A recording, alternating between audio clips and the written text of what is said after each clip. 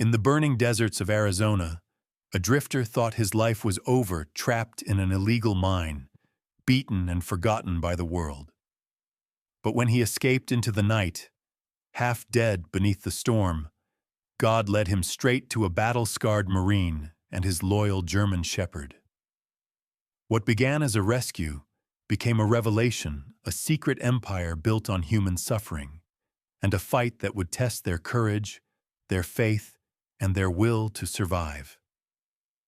Together, they would turn pain into purpose, and from the ashes, build the forge, a place where broken souls could rise again. If you believe God still works miracles through people, don't scroll away. Hit subscribe, share, and comment Amen to help spread this message of faith, hope, and redemption. May the Lord bless and protect everyone watching this story. The Arizona desert stretched endlessly beneath a cruel sun, its golden sands shimmering like molten glass. The wind carried dust that stung the skin and left every breath tasting of rust and grit. It was late August, when the air itself felt heavy enough to crush the spirit of anyone wandering too long without shade. In the midst of that barren sea of stone and thorn, a lone figure trudged forward. Noah Parker, 24 years old, thin as a rail, with sunburnt skin and unshaven stubble across a narrow jaw. His dark blonde hair was matted with sweat and sand, his pale blue eyes dulled by exhaustion but still burning with a quiet defiance. Life had not been kind to Noah.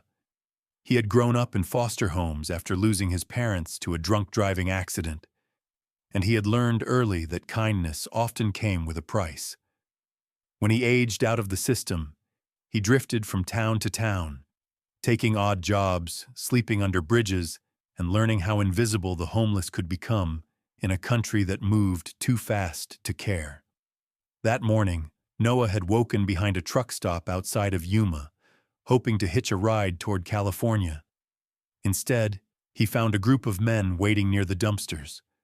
3 of them, rough-looking, their boots caked with red clay, and their eyes hidden behind dusty caps.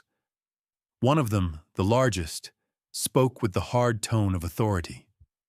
His name was Rick Dalton, mid-40s, a thick-necked man with arms covered in prison tattoos and a face carved by too many fights.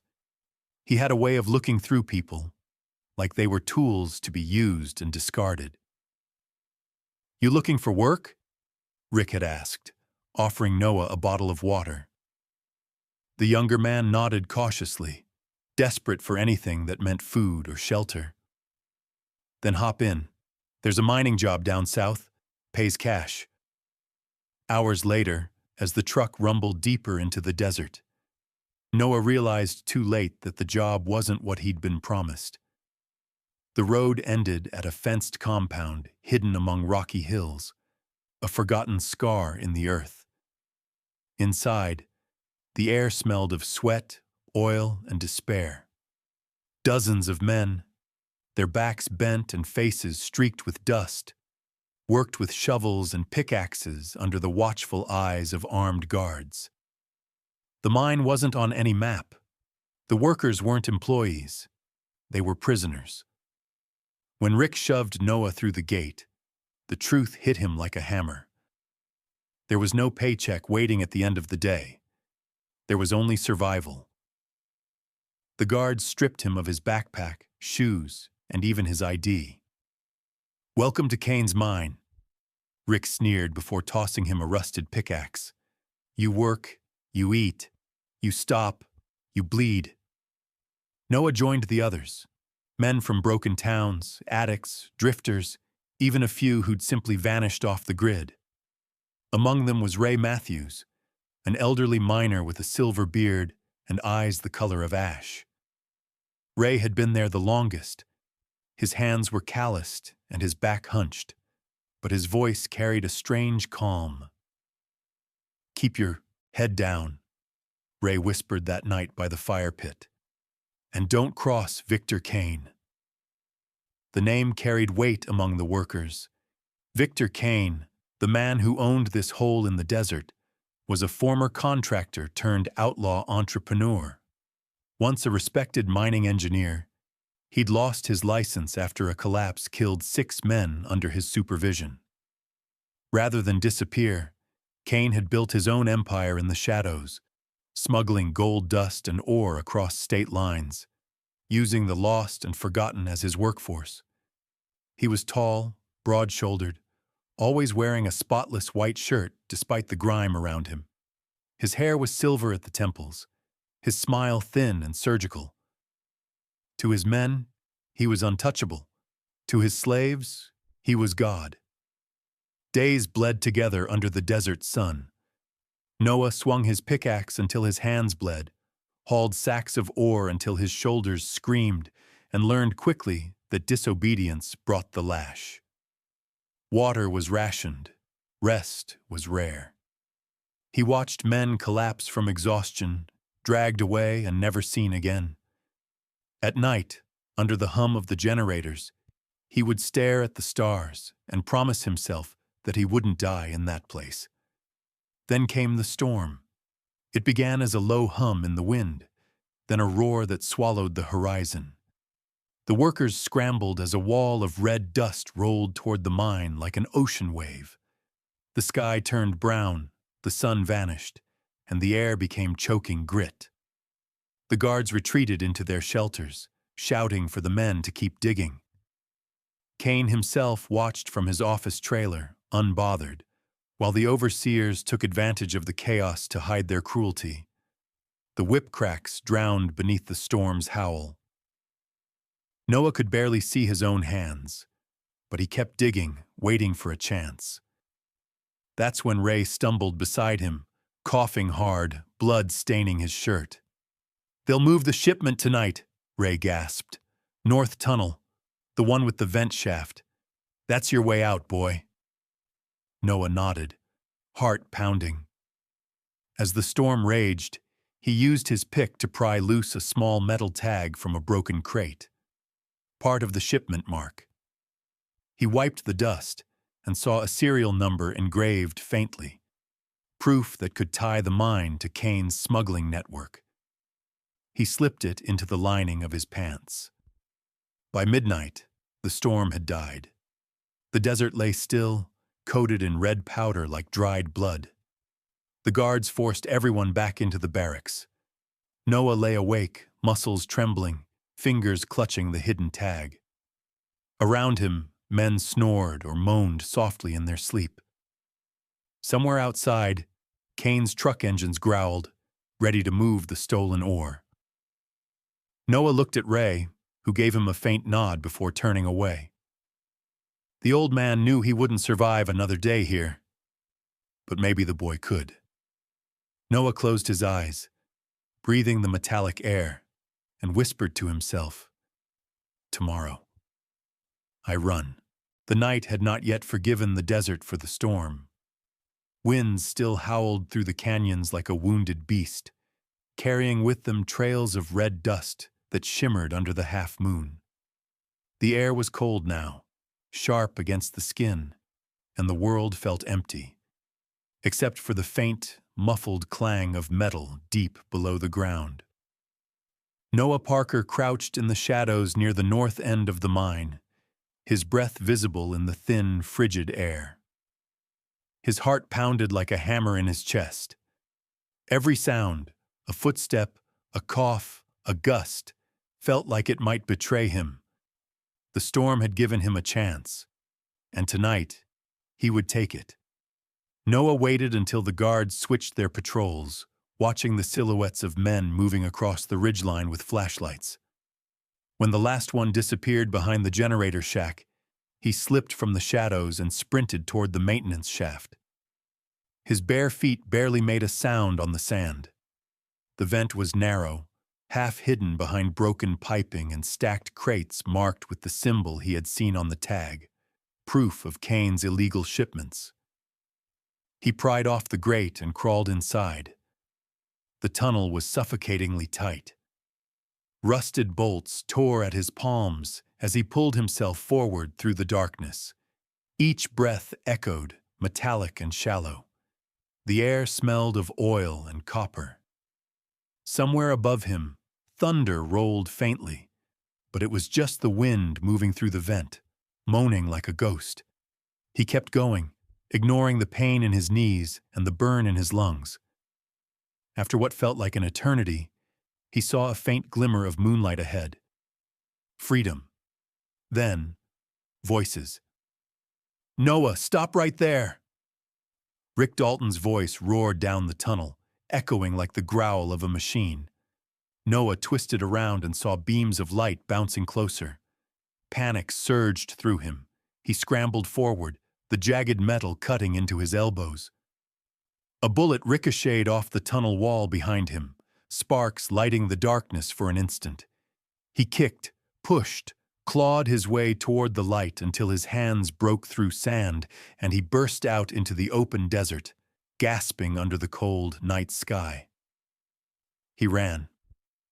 Barefoot, bleeding, delirious from exhaustion, Noah stumbled across the sand toward the distant hills. The storm had left the terrain uneven and cruel. Each step sank into the soft drifts of dust. The wind screamed around him, carrying the voices of the men behind, the shouts, the engines of their trucks. He tripped over a half-buried rock, slammed into the ground, and lay still for a moment, tasting blood. His strength was gone. When he finally raised his head, he saw headlights flickering on the horizon, closing in. He whispered to himself, "Not here, not tonight." Then his vision blurred, and the world went black. Miles away, on a dirt trail cutting through the mesas, Jack Miller was making his usual midnight patrol. Jack was 42, tall, with the broad shoulders of a man who had carried too many burdens for too long. His face was lean and weathered, his skin bronzed by years of service under distant suns. He wore a worn army jacket, patches faded, and a small dog tag around his neck. Once a U.S. Marine sniper, Jack had left the service after a mission in Kandahar went wrong. His unit ambushed, his best friend killed. Since then, he'd lived quietly on the outskirts of Red Rock, volunteering with search and rescue when he could.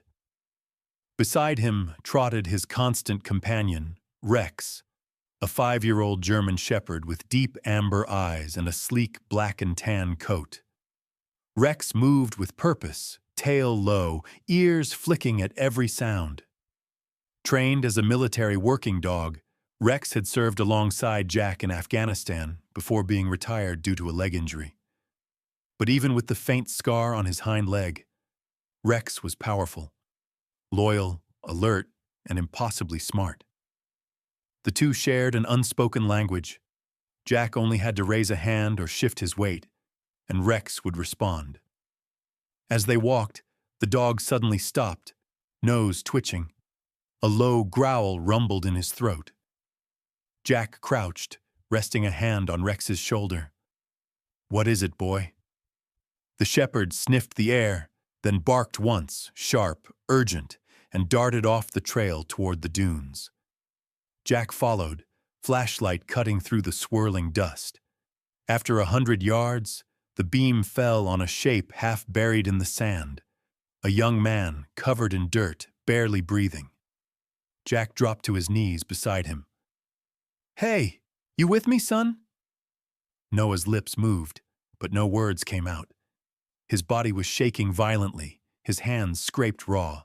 Jack lifted him carefully, checking for wounds. "Easy now. You're safe." But before he could finish, the faint sound of engines drifted through the night. Jack looked up, 2 trucks, headlights bouncing across the ridge. Damn it. He hoisted Noah over his shoulder and signaled to Rex. "Heel. Quiet." They moved quickly toward a line of rocks for cover. The trucks stopped nearby and Rick Dalton's voice barked orders. "Find him! He couldn't have gone far." Flashlights swept across the sand. Jack positioned himself behind a boulder, his breathing steady. He still carried his old military knife and a flare gun for signaling rescue teams. Nothing lethal, but enough. When one of the guards approached too close, Rex launched from the shadows with a deep, thunderous bark. The man fell, his weapon flying as the dog pinned him to the ground, teeth bared inches from his throat. Another raised his rifle, but Jack was faster. He fired the flare into the air, the sudden explosion of red light disorienting them. In the chaos, Jack struck the second man across the jaw with the butt of his flashlight. "Rex, off!" he ordered. The shepherd released the first guard instantly and retreated to Jack's side, snarling low.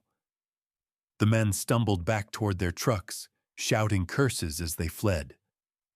Jack waited until the engines faded into the distance before turning to Noah, who had collapsed again.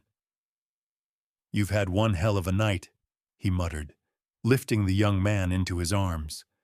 "Let's get you out of here."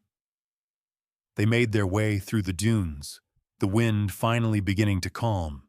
In the distance, faint lights marked the edge of Red Rock. By the time they reached Jack's small cabin, the first pale glow of dawn was touching the horizon. Inside the warmth of that wooden cabin, with Rex lying by the door and the desert finally silent, Noah Parker's nightmare began to fade. For the first time in months, he slept without fear, the morning after the storm broke with a gentleness that almost felt cruel. The desert, which had roared with fury the night before, now lay still beneath a soft drizzle. The rain was light but steady, washing the dust from the mesquite trees and painting the world in shades of gold and gray. A faint rainbow shimmered in the distance over the low hills beyond Red Rock. Inside a small wooden cabin that smelled faintly of coffee and cedar oil, Noah Parker woke to the sound of a kettle whistling and the rhythmic click of a dog's claws on the floorboards. He opened his eyes slowly, the pain in his body returning in waves. Bandages wrapped around his hands and shoulders. A faint sting ran down his ribs. On the chair beside the bed sat Jack Miller, his square jaw rough with stubble, a mug of steaming coffee in one hand. He was dressed in a faded flannel shirt, sleeves rolled to his elbows, a scar running along his left forearm, a remnant, perhaps, of some distant battlefield. He looked up when Noah stirred. "Welcome back, kid," Jack said, his voice calm, gravelly, like a man who had learned patience the hard way. At Jack's feet, Rex lay curled up, tail twitching as his amber eyes watched Noah carefully. The German shepherd gave a low whine and pressed his muzzle to Noah's arm, as if to reassure him that he was safe. Noah smiled weakly and whispered, "Hey, buddy, you saved me last night." Jack gave a small nod. He's got a good nose for trouble. As the morning light filtered through the window, Noah recounted everything: the truck stop, the fake job offer, the mine, the men with guns, the storm. His voice trembled at first, but Jack listened without interrupting, his brow furrowing only when Noah mentioned the name Victor Kane. Jack had heard that name before. Years ago, during his time in the Marines, Kane had been linked to a private contractor scandal involving illegal mining operations overseas, but the charges had been dropped mysteriously. Now it seemed, Kane had brought his methods home.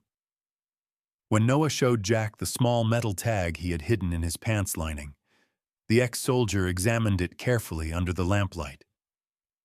The engraving, Lot 47B, Prescott Logistics, was barely visible beneath the scratches.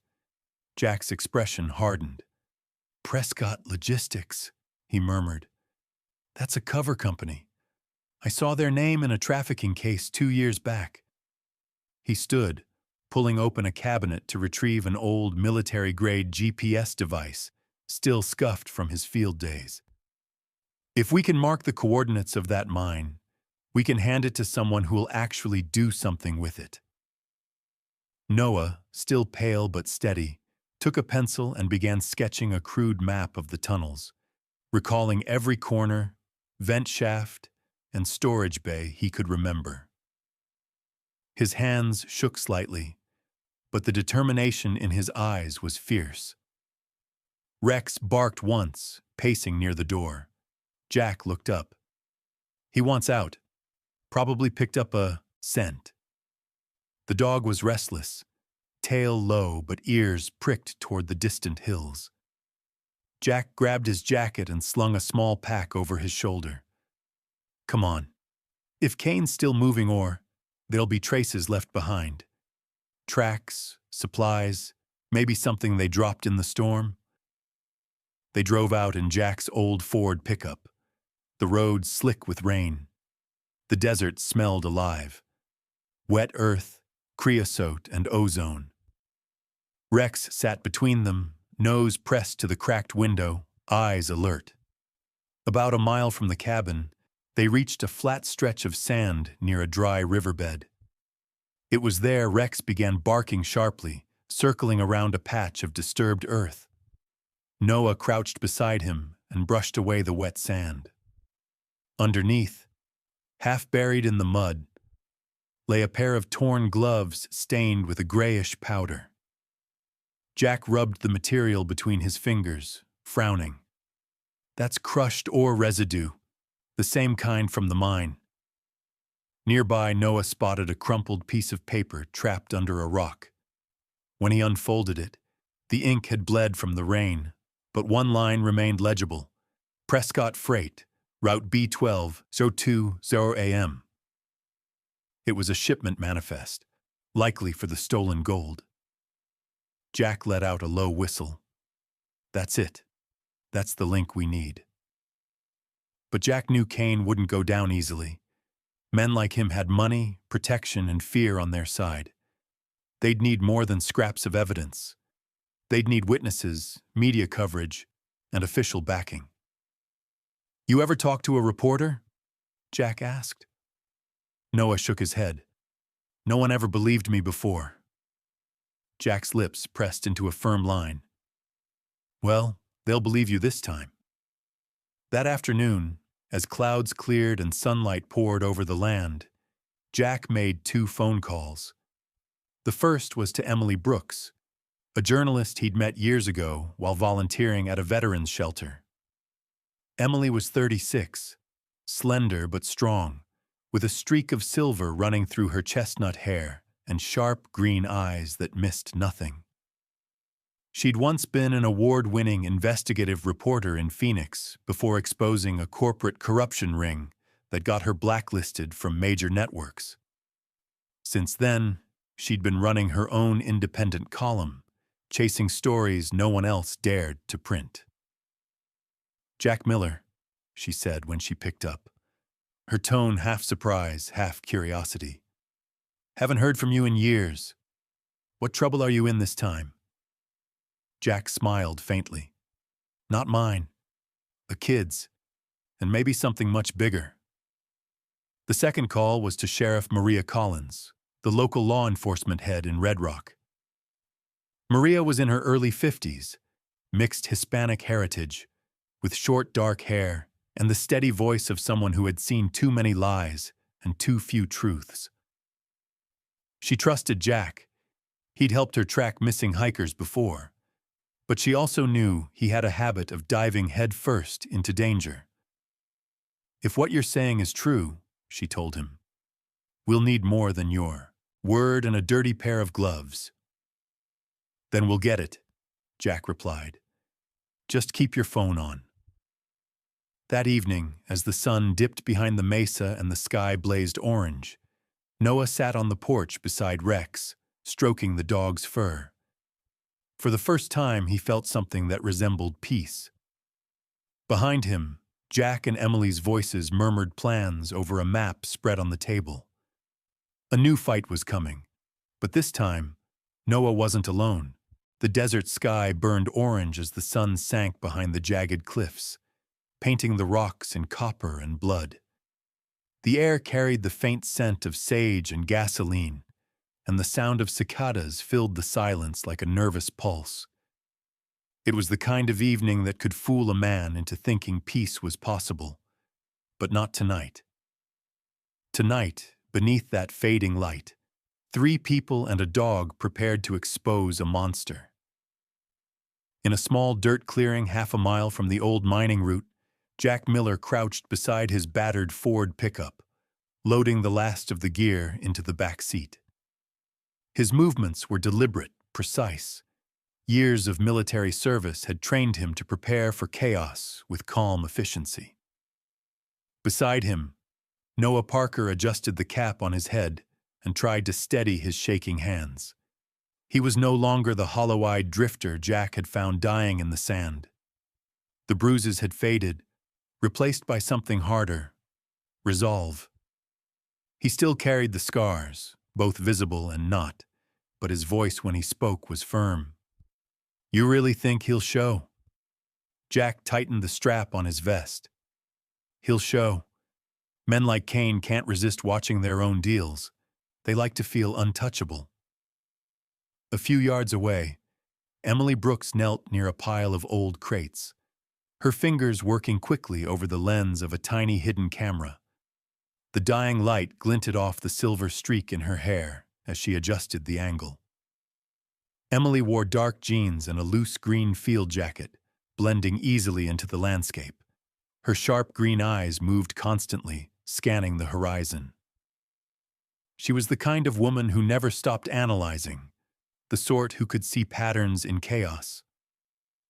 Years of investigative work had taught her that power always leaves a trail, and tonight, she intended to catch Kane's in high definition. "Camera 1 set," she whispered. "Body mic on you, Noah?" "Yeah," he said, tapping his chest. "Feels weird." "You'll get used to it. Just remember, if anything goes wrong, you run for the truck. Jack and Rex will handle the rest." Jack's loyal German shepherd, Rex, lay quietly at his master's feet, eyes half closed but alert. The dog's fur shimmered in the twilight, his chest rising slow and steady. At Jack's silent hand signal, Rex lifted his head, ears pricking. He seemed to understand every word, every tension in the air. The plan was simple, on paper. Noah would pose as a surviving worker trying to negotiate a cut for staying silent about the mine. Emily would capture the exchange with hidden cameras. Jack and Rex would remain out of sight behind the dunes, ready to move when the time came. Sheriff Maria Collins's team waited several miles off, ready for the signal. By 7:30 p.m., the first truck arrived, a dark, dust-coated semi with no plates. 2 men jumped out, both armed. One was thick-set, bald, and carried a radio clipped to his vest. The other, lean and scar-faced, looked around nervously. Noah stepped into the clearing, trying to hide the tremor in his voice. "I've got information your boss won't want out there," he said, forcing a rough edge into his tone. "I just want my share, that's all." The bald man sneered. "You think Kane pays beggars?" Noah took a slow breath. "Tell him I've got proof. I can blow this whole thing wide open." From the darkness beyond the headlights, another voice answered, a cold, familiar drawl that made Noah's stomach twist. "Well then, let's see what you've got." Victor Kane stepped into view.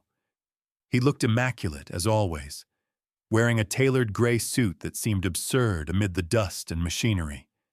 His hair was slicked back, his silver temples gleaming in the light.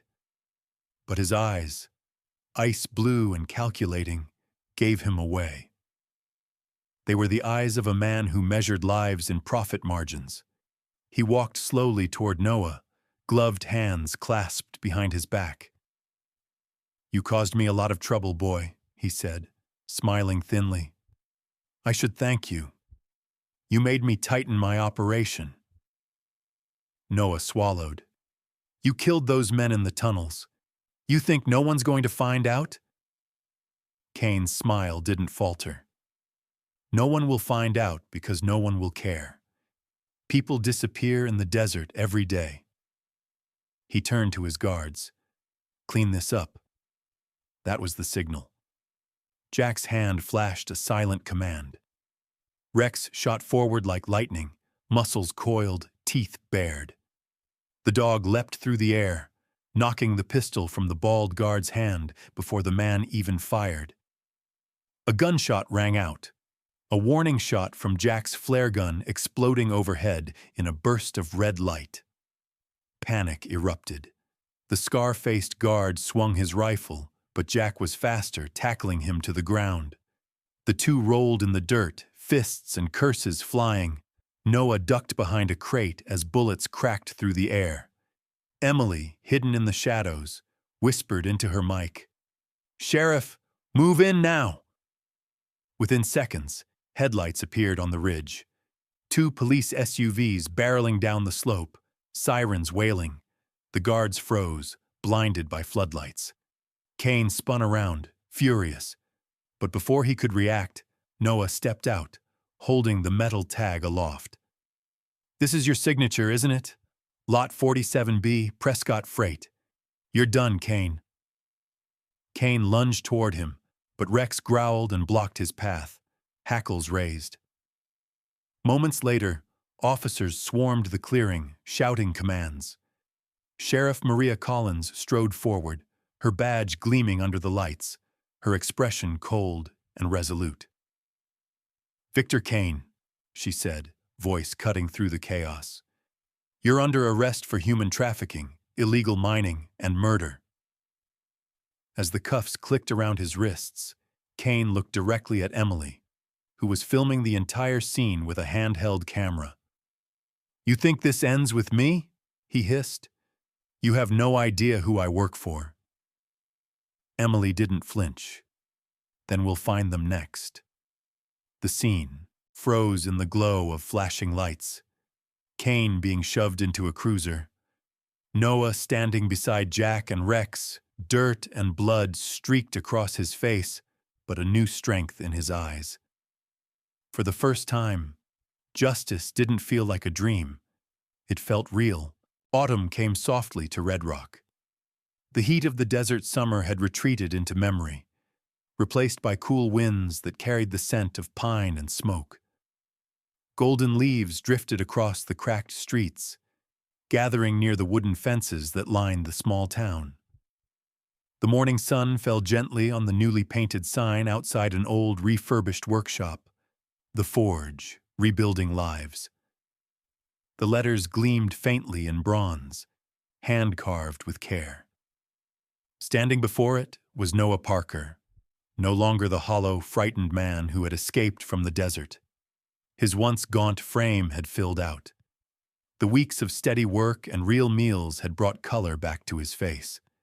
His hair was trimmed short now, his beard neatly kept, and the quiet fire in his blue eyes had become something steadier. Purpose. He wore a flannel shirt rolled at the sleeves, the same way Jack did, and his hands bore faint marks of woodworking. Beside him, Jack Miller adjusted the sign's last bolt, his movements as methodical as ever. Jack had aged gracefully. The lines on his face looked less like burdens and more like stories. The Marine in him never left, but now there was something softer in his demeanor, as though the desert's cruelty had finally found balance in this small, good thing they were building. Inside the workshop, the sound of hammers, laughter, and country music filled the air. A group of people moved about, a handful of men and women from the rescue shelters and outreach centers nearby. Most of them bore visible reminders of hardship, missing teeth, faded tattoos, eyes that still scanned rooms for exits. But under the rhythm of daily labor, something inside them was mending. Jack and Noah had set out to create a place where broken people could learn again how to build, how to trust, how to live. Rex, the ever-loyal German shepherd, trotted through the open doorway, a red service vest strapped around his chest, reading therapy and trust. His coat gleamed in the autumn light, and his eyes held the calm of an old soul. Around him, two kids, siblings from a foster home, laughed as they rolled a wooden toy car across the floor. Rex nosed it back gently, tail wagging, then returned to Noah's side. The dog had become more than a companion. He was the silent teacher at the forge. He helped veterans manage flashbacks, guided the timid toward confidence, and, in his own quiet way, reminded everyone that loyalty and love could be relearned. Across the room, Emily Brooks stood with her camera crew, filming the final shots for her new feature, From Shackles to Strength, the story of Red Rock. She wore a tan jacket over a black turtleneck, her notebook tucked under one arm, and that ever-present glint of curiosity in her green eyes. The segment she had released months earlier had gone viral. Millions watched Noah's testimony, the footage of Victor Kane's arrest, and the uncovering of the mine. The public outrage had been enormous. Kane was now awaiting trial in a federal detention center, facing charges for human trafficking, manslaughter, and environmental violations. The government had moved fast once the evidence aired. The mine was sealed off, and the victims received counseling and reparations through a state program. But Emily wasn't here for sensationalism this time. She had followed the story to its quieter ending, to the place where justice gave way to healing. "Smile a little," she said, aiming her camera at Noah as he sanded the edge of a wooden chair. "You look too serious for a man changing lives." Noah grinned, awkward but genuine. "Still getting used to being on the right side of a camera." Emily chuckled softly. "You've earned it, Noah. People saw your courage. It made them care." As they spoke, Sheriff Maria Collins arrived, parking her cruiser by the curb.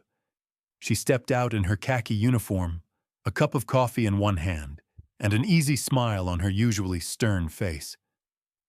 "Looks like this place turned out better than your plans, Miller," she said. Jack wiped his hands on a rag.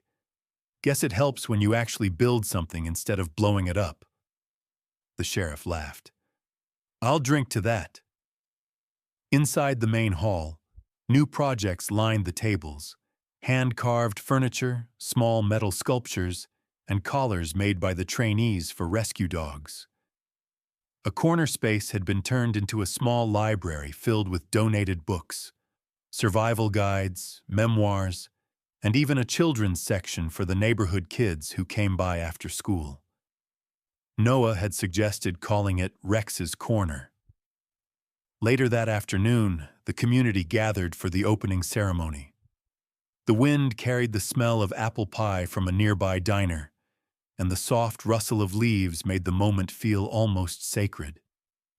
Emily filmed from the crowd as Jack stood at the front, his voice low but sure.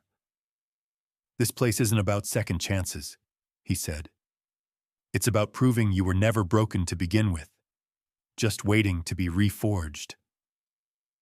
Noah stepped forward next, holding a small wooden plaque he had carved himself. On it were etched the words, "Strength, honor, compassion." He turned toward Jack. "You gave me more than help," he said. "You gave me a reason to fight again." Jack's eyes glistened as he nodded. "We all build something here, son. That's the point." As the crowd clapped, Rex barked once, loud, clear, proud. The children ran to him, laughing as they wrapped their arms around his neck. Noah looked up at the sign gleaming under the afternoon light, the words, "The Forge," standing strong against the sky. For the first time in a long time, he felt that the world had turned toward hope. The fire that had nearly destroyed him was now the same one shaping who he had become. And as the wind swept across Red Rock, carrying with it the sounds of laughter and hammers, The town that once symbolized suffering became a place where broken souls could begin again. Sometimes, God doesn't send miracles through lightning or thunder. Sometimes, He sends them through people, a stranger who reaches out, a soldier who refuses to look away, a loyal dog who reminds us that love never forgets. In Red Rock, the miracle wasn't gold or justice. It was grace. The kind that rebuilds what was broken, that turns pain into purpose. Every nail Noah hammered, every lesson Jack taught, every bark from Rex, all of it was proof that when you let faith guide your hands, even scars can become symbols of strength. The forge wasn't just a workshop. It was God's reminder that redemption is never too late, and that no soul is beyond repair. If you believe that miracles still happen in quiet places, hit share so this story can reach another soul who needs hope. Comment Amen below if you believe God can still turn ashes into beauty. Subscribe to this channel to spread faith, kindness, and stories that heal. May the Lord bless you, protect your home, and guide your heart, today and always.